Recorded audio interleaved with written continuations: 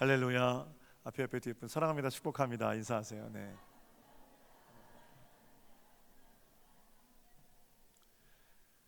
우리가 성령을 따라 행할 때 우리 삶 가운데 맺혀지는 세 번째 열매의 이름은 평화입니다. 2주 전에 사랑 열매, 바로 지난주에 기쁨의 열매, 이번 주는 평화의 열매에 대해 생각해 보겠습니다. 평화는 히브리어로는 샬롬이고요, 헬라어로는 에이레네입니다.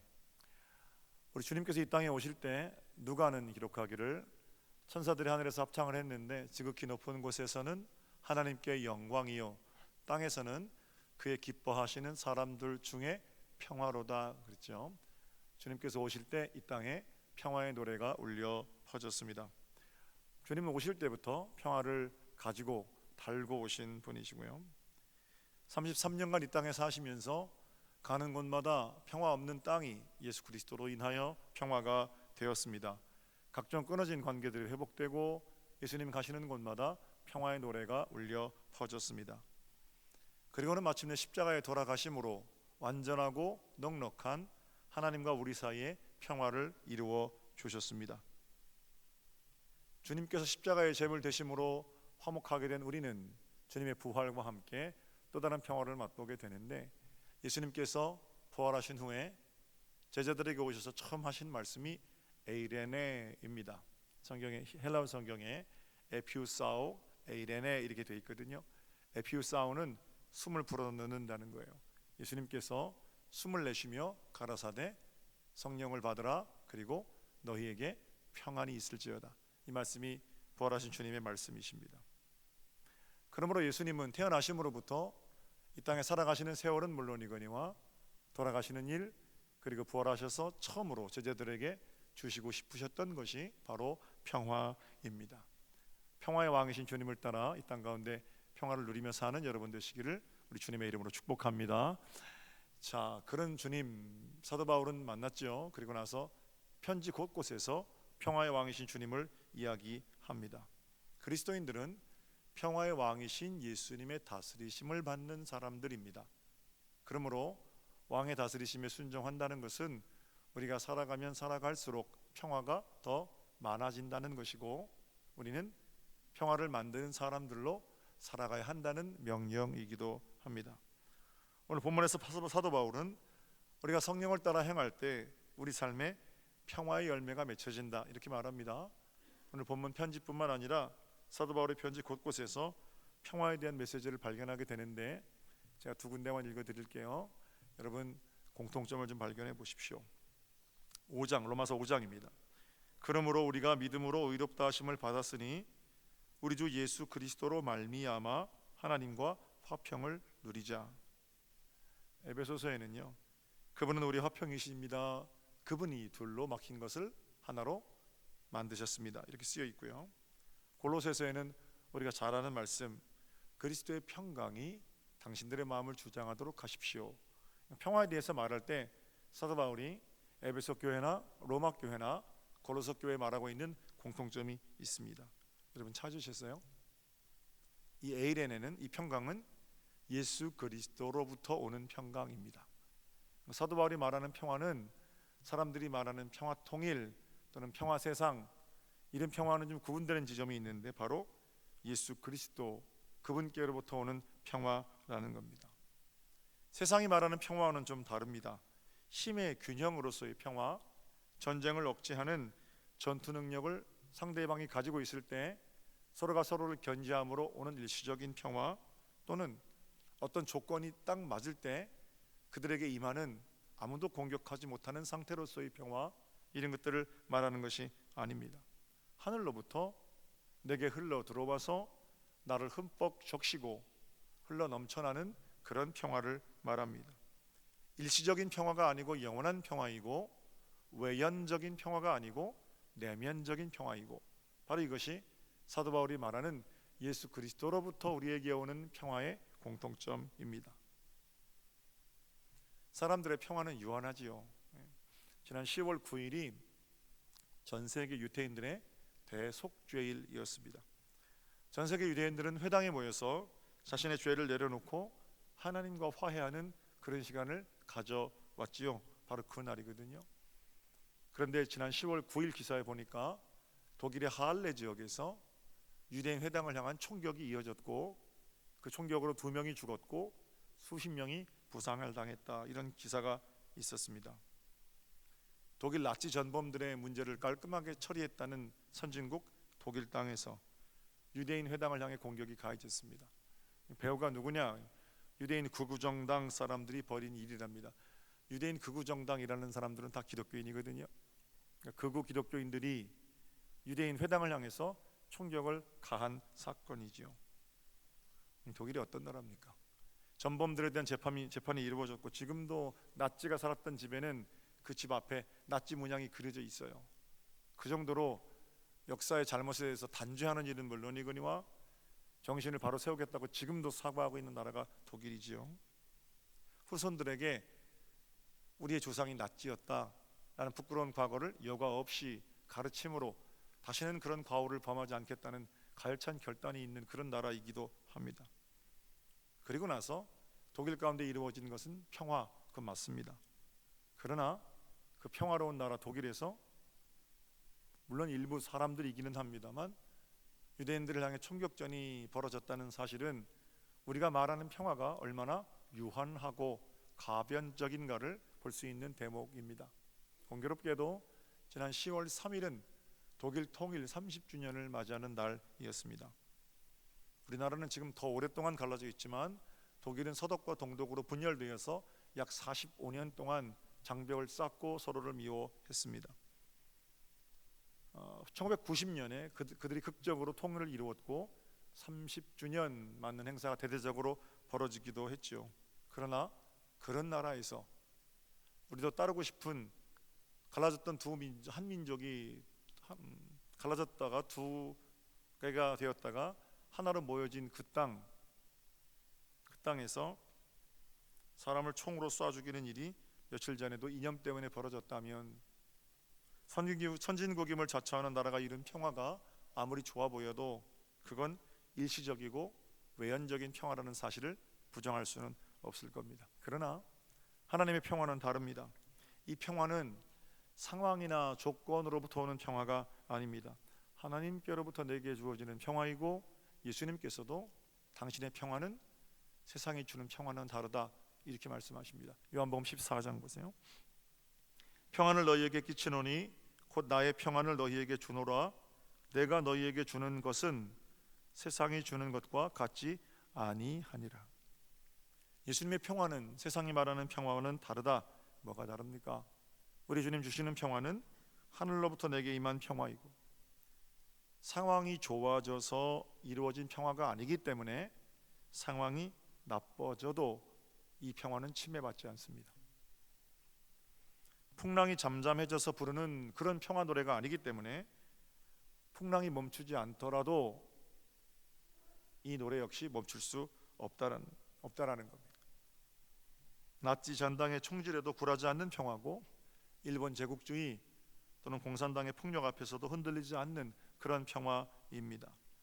가난해도 빼앗길 수 없는 평화이고 병들어도 물러섬이 없는 놀라운 하늘 평화, 바로 이것이 예수님께서 우리에게 말씀하시는 그분으로부터 우리에게 오는 평화입니다. 성경에는 이런 하늘로부터 내게 임한 평화를 누린 사람들이 참 많습니다. 제가 소개해드려도 끝이 없을 테지만 이제 한 인물만 소개해드리면 기원전 586년에 남왕국 유다가 바벨론이라는 큰 나라에 의해서 멸망하게 됩니다. 그리고 나서 바벨론의 지혜로웠던 왕 느부갓네살은 남왕국 유다에 있는 똑똑한 소년들을 잡아서 가는데 그때 끌려간 소년들 이름 다니엘, 사드락, 메삭, 아벳느고, 혹시 다니엘과 세 친구들이라고 불리는 자들도 바벨론으로 끌려가게 됩니다. 이스라엘 사람들이 아주 똑똑하잖아요. 그러니까 그 똑똑한 사람들을 바벨론식으로 교육시켜서 그 나라의 인재로 삼고 싶은 느부갓네살 왕의 어떤 마음입니다. 왕의 마음에 쏙 들었습니다. 그런데 문제가 생기죠. 이 아이들은 하나님께로 뜻을 정한 아이들이었기 때문에 왕이 들여놓은 신상 앞에 절하지 않는다는 겁니다. 지혜로운 아이들과 느부갓네살을 따르던 충신들 사이에 틈이 생겼고 불편한 동거가 시작되었습니다. 그러던 어느 날 왕이 꿈을 꿨는데 그 똑똑하다는 느부갓네살의 수하들이 아무도 그 꿈을 해석하지 못합니다. 다니엘의 세 친구들은 하나님의 인도하심으로 왕의 꿈을 해석해 주는 일이 벌어지게 되죠. 실력을 인정받게 되고 급기야 그 소년들이 높은 주요 관직에 오르게 됩니다. 관직에 오르니까 사람들의 타겟이 되잖아요. 신하들과 그들 사이에 반목과 질신은 더 깊어졌을 뿐만 아니라 신하들의 일거수일투족이 사람들의 눈에 들어오기 시작한 겁니다.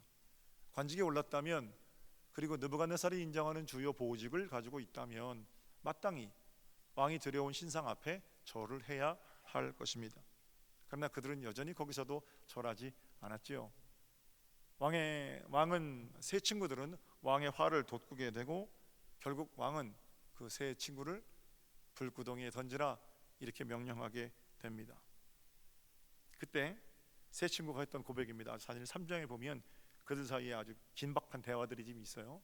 그 대화가 끝나고 이놈들이 나를 섬기지 않는구나 라는 걸 깨달은 왕이 불구덩이에 집어넣는다 이렇게 말했을 때 이 친구들이 한 대답입니다. 다니엘 3장에 보면 왕이여, 우리가 섬기는 하나님이 계시다면 우리를 맹렬히 타는 풀무불 가운데에서 능히 건져내실 겁니다.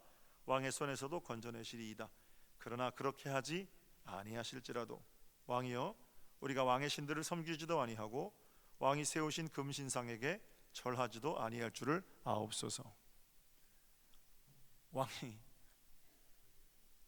자고로 왕이면 자기 마음대로 다 돼야 되잖아요. 근데 이 교만한 사람은 자기 마음대로 안 되는 걸 못 견디는 거거든요. 내가 맞는 대로 안 되는 걸 못 견디는 게 교만해서 그래요. 왕이 얘들아 저 불 온도를 7배를 올려라. 7배를 올렸다는 것은 100도가 700도가 되었다는 게 아니라 아주 극렬하게 완전하게 뜨겁다는 겁니다. 얼마나 뜨거웠냐면 그 세 친구들을 데리고 가서 불에 넣는 그 신하들이 타 죽을 정도로 그렇게 뜨거운 불이었죠. 성경이 뭐라고 전합니까? 세 친구가 불구덩이에 들어갔는데 가만히 보니까 셋이 아니라 넷이 있는 것처럼 보였고 곁에만 가도 타 죽는 그 불구덩이에서 나온 사드락 메삭 아벳느고가 머리털도 그을리지 않았고 겉옷빛도 변하지 않았으며 불탄 냄새도 없었다. 믿을 수 없는 일이 벌어집니다. 그리고는 왕이 그 일을 보고 선포하는 겁니다. 이제 누구든지 그들이 믿는 하나님을 경솔히 말하는 자는 죽임을 면하지 못할 것이다. 이렇게 사람을 구원하는 신이 또 어디 있느냐? 왕의 입술에서 나온 말입니다. 놀라운 일이죠. 다니엘도 비슷한 경험을 합니다. 사자굴에 들어가게 됩니다. 풀무불이 아니라 다니엘은 사자굴에 들어가게 되는데 사자굴에서 건진받은 다니엘이 나와서 한 얘기가 다니엘 6장입니다. 읽어드릴게요. 나의 하나님이 이미 그의 천사들을 보내어 사자들의 입을 봉하였으므로 사자들이 나를 상해하지 못하여 싸우니 이는 나의 무죄함이 그 앞에 명백함이오며 또 왕이여 나는 왕에게도 해를 끼치지 아니하였다 하니라. 다니엘과 세 친구들은 풀무불에서 또는 사자굴에서 평화를 누릴 수 있었습니다. 불이 꺼진 게 아니고요. 기도했더니 불이 일순간에 꺼졌더라. 기도했더니 사자들이 전부 다 죽은 척 또는 죽었더라. 여전히 불은 불이고 여전히 사자는 사자입니다. 그러나 불과 사자를 주관하시는 하나님께서 그들과 함께 계시다는 사실을 믿음으로 그들은 평화를 누릴 수 있었습니다. 하늘 평화는 바로 이런 평화입니다. 아직 우리 인생에 맹렬히 타는 풀무불이 꺼지지 않았을 수도 있고요. 지난주만 해도 청천벽력 같은 슬픔을 만나신 분들도 계시고 오래된 질병이 나을 기미가 보이지 않아서 마음심이 괴로운 그런 시절을 사실 수도 있지만 여전히 풀무불 가운데 사자의 이빨 가운데 하나님을 볼 수 있는 자들은 하나님께서 주시는 평강으로 평화의 삶을 살아낼 수가 있다라는 겁니다. 어떻게 이 평화가 이루어졌습니까? 예수 그리스도께서 십자가를 지고 돌아가심으로 이 평화가 시작되었습니다. 대가 없이 이루어진 것이 아니란 말씀이에요. 엄청난 대가를 치르고 값을 치르시고 우리 가운데 사 주신 평화입니다. 스펄전 목사님이 이 대목을 설교하면서 이렇게 설교하세요. 다니엘이 사자굴에서 평안히 잠을 자는 동안 저 하늘의 궁전에서는 하나님께서 다니엘을 지키시기 위해서 잠을 이루지 못하고 계셨다.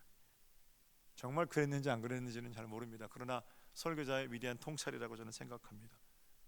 우리에게 평화를 주시기 위해서 그 평화의 대가를 치르신 하나님의 아들 예수 그리스도, 그분을 바라볼 때 내가 평화롭게 사는 이 삶이 얼마나 귀하고 값진 것인가를 다시 알 수 있습니다. 이 사실을 너무 잘 알고 있던 사도 바울은 어디로 가든지 평안을 누리며 살 수 있습니다. 여러분, 내게 임한 하늘 평화, 그 평화로 여러분들도 평화하기를 원합니다 라고 편지하는 겁니다. 사랑하는 여러분, 여러분과 제게 자유가 있습니다. 우리는 로봇이나 기계가 아닙니다. 우리에게 주신 자유를 가지고 육체의 일을 선택할 것인가, 성령의 일을 선택할 것인가 하는 것은 우리의 선택의 문제입니다. 부디 성령의 일을 선택하십시오. 그리고 그 일 가운데 성령의 일을 지속적으로 선택하며 살아가는 가운데 우리의 삶에 저절로 맺혀지는 평화의 열매, 그 아름다운 평화로 가득한 삶을 살아가시기를 우리 주님의 이름으로 축복합니다. 저는 2019년 대한민국 다른 무엇보다도 다른 9가지 열매가 참 많지만 그 중에 평화의 열매가 가장 필요한 열매가 아닌가 생각합니다. 극한의 대립 속에서 좀 더 깊은 차원의 진리를 깨달은 사람들은 날마다 평화의 완충지대를 좀 만들어 갑니다. 근데 그런 게 지금 없잖아요. 끝까지 가보자 뭐 이런 거 아니겠어요? 자식이 싸울 때 제일 가슴 아픈 건 부모지만 부모는 이 자식도 저 자식도 내 자식이기 때문에 그들이 와서 함께 평화할 수 있는 완충지대를 만들어가는 성숙한 사랑 가지고 있는 게 부모잖아요. 물고 뜯으면 피차 망합니다. 불과 우리나라 500년 뭐 1000년 전에 사화, 당쟁 그러다가 우리나라 망했잖아요. 정권이 바뀔 때마다 전 대통령이 감옥에 가는 이런 악한 분열의 역사가 되풀이돼서는 안 돼요. 허물을 들추는 일에 눈이 벌겋게 달아올라서 어디 그런 사람들 하나님 이름 팔고 있지만 기독교인 같습니까? 저는 그렇게 안 보입니다. 우리는 분열을 만드는 사람들이 아니라 평화를 만드는 사람들임을 반드시 기억하셔야 합니다. 광화문이든 서초동이든 하나님의 이름 가지고 경거망동하면 안 된다는 거예요. 이런 말씀을 제가 드리면 별로 득이 안 돼요. 어디서든 대접을 못 받거든요.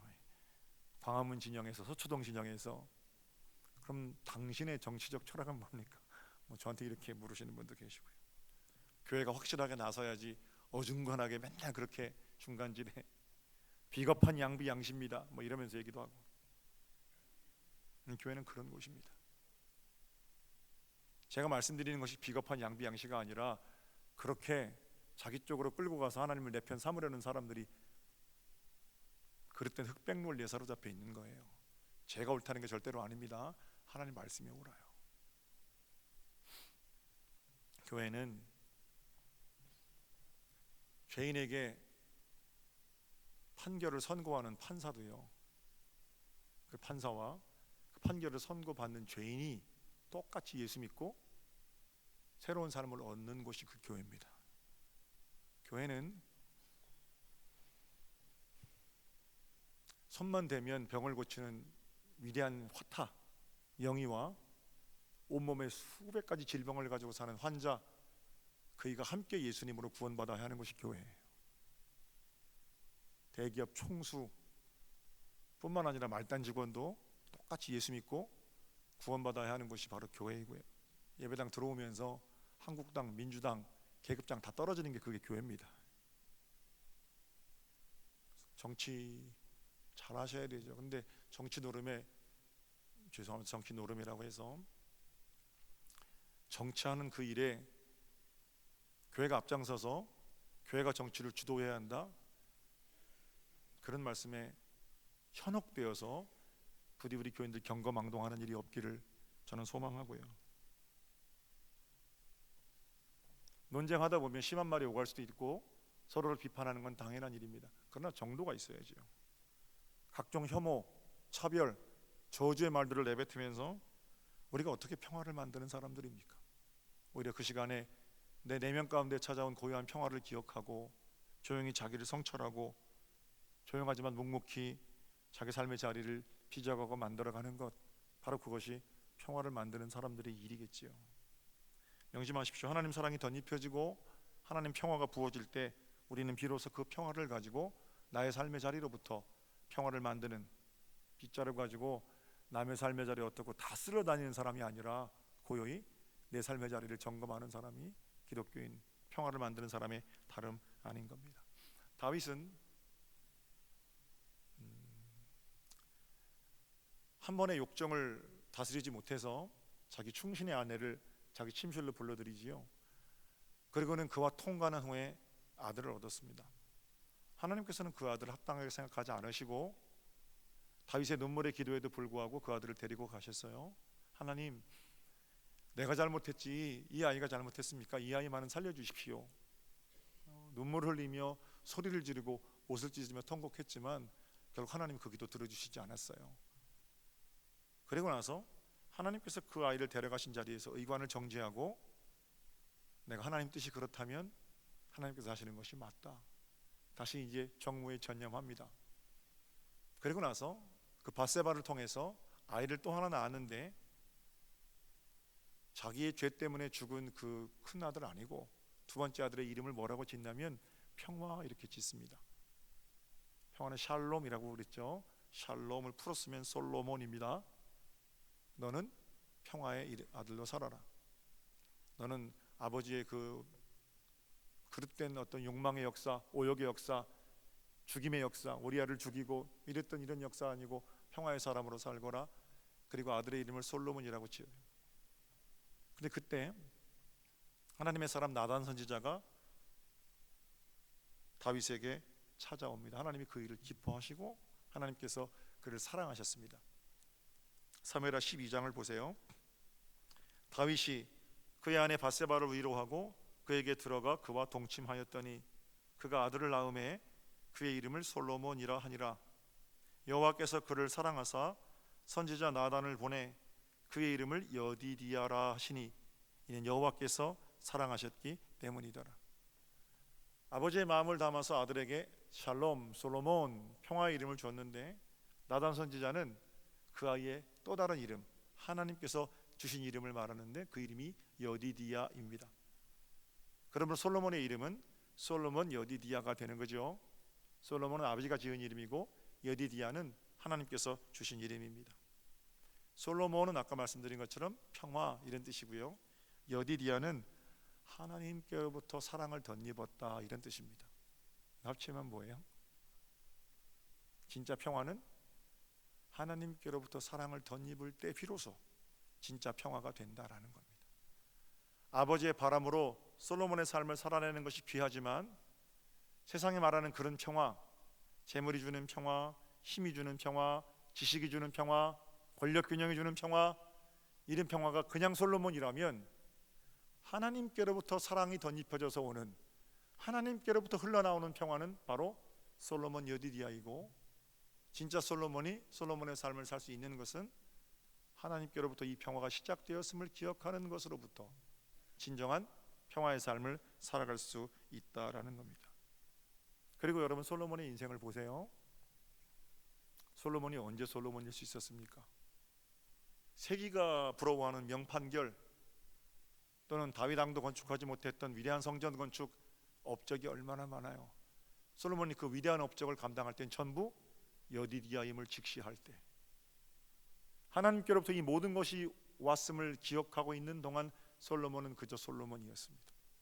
그러나 솔로몬이 자신이 여디디아임을 망각했을 때 그는 이방신들을 끌어들였고 그의 재물은 하나도 평화를 이루는 데 사용되지 못했고 그의 자손의 때 왕국은 분열되었으며 마지막에 실정한 왕으로 손가락질을 받게 되었잖아요.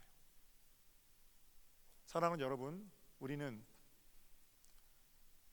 사실은 하나님께서 주신 솔로몬을 살면서 그 솔로몬이 여디디아임을 잊고 살 때가 너무 많습니다.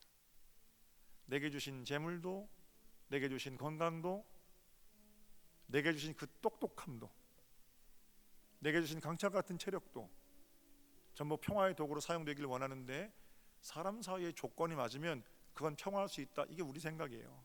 그러나 예수 그리스도 그분을 바라보며 하나님께로부터 내게 들어온 평강의 근본이었던 그분을 생각하는 동안 우리는 우리의 솔로몬, 우리의 샬롬이 하나님께로부터 온 것임을 기억하는 가운데 비로소 완전하고 넉넉한 평화를 이룰 수 있다는 겁니다. 평화의 땅으로 여러분의 가정을 만들어가고 싶으세요? 관계를 잘 조절하시겠습니까? 아니에요. 하나님 앞에 엎드리는, 하나님께서 부어주시는 평화, 그 평화로만 내 마음이 평강으로 넘칠 수 있음을 기억하면서 거기서부터 다시 시작하는 겁니다. 평화가 무너졌습니까? 하나님과 어떤 관계가 무너졌습니까? 예배하는 일, 기도하는 일, 말씀 보는 일, 그 하나님과의 평화가 회복되면 세상의 어떤 풍랑도 우리는 두렵지 않습니다. 내 마음에 이루어 넘치는 평화로 우리 주변을 적셔낼 수 있기 때문입니다. 그 어떤 것에도 굴하지 않는 하나님의 평화를 가지고 세상 가운데로 나가십시오. 그곳에서 하나님의 평화를 만들어가는 여러분 되시기를 우리 주님의 이름으로 축복합니다. 아르헨티나 잘 다녀올 테니까 여러분 다음 주 감독님 말씀에 은혜 많이 받으시고 10월 마지막 주에 인내 열매를 가지고 다시 만날 겁니다. 평화의 사람으로 2주 만에 만날 텐데 보름 동안 여러분의 가정이 더 평화로운 자리로 하늘 평강으로 흘러넘치기를 다시 한번 주님의 이름으로 축복합니다. 후렴만 찬송할까요? 평화 평화로다 하늘 위에서 내려오네 그 사랑의 물결이 영원토록 내 영혼을 덮으소서. 후렴만 다시 한번 하겠습니다. 평화 평화로다 평화 평화로다 하늘 위에서 내려오네 그 사랑의 물결이 영원토록 내 영혼을 덮으소서. 기도하겠습니다. 하나님, 우리의 마음 가운데 평화가 없습니다. 주님께서 피로 값주고 사신 하늘 평화가 있음에도 불구하고 자꾸 그걸 망각하고 다툼과 분열의 일로 경거망동하여 나서는 저희들을 용서하여 주시옵소서. 먼저 이루어진 하늘 평화로 우리의 삶이 진정한 평화를 누리게 하시고 나 때문에 우리 가정, 나 때문에 우리 직장, 나 때문에 이 나라 대한민국이 평화로운 터가 되기를 원하오니 주님 우리를 평화의 도구로 사용하여 주시옵소서.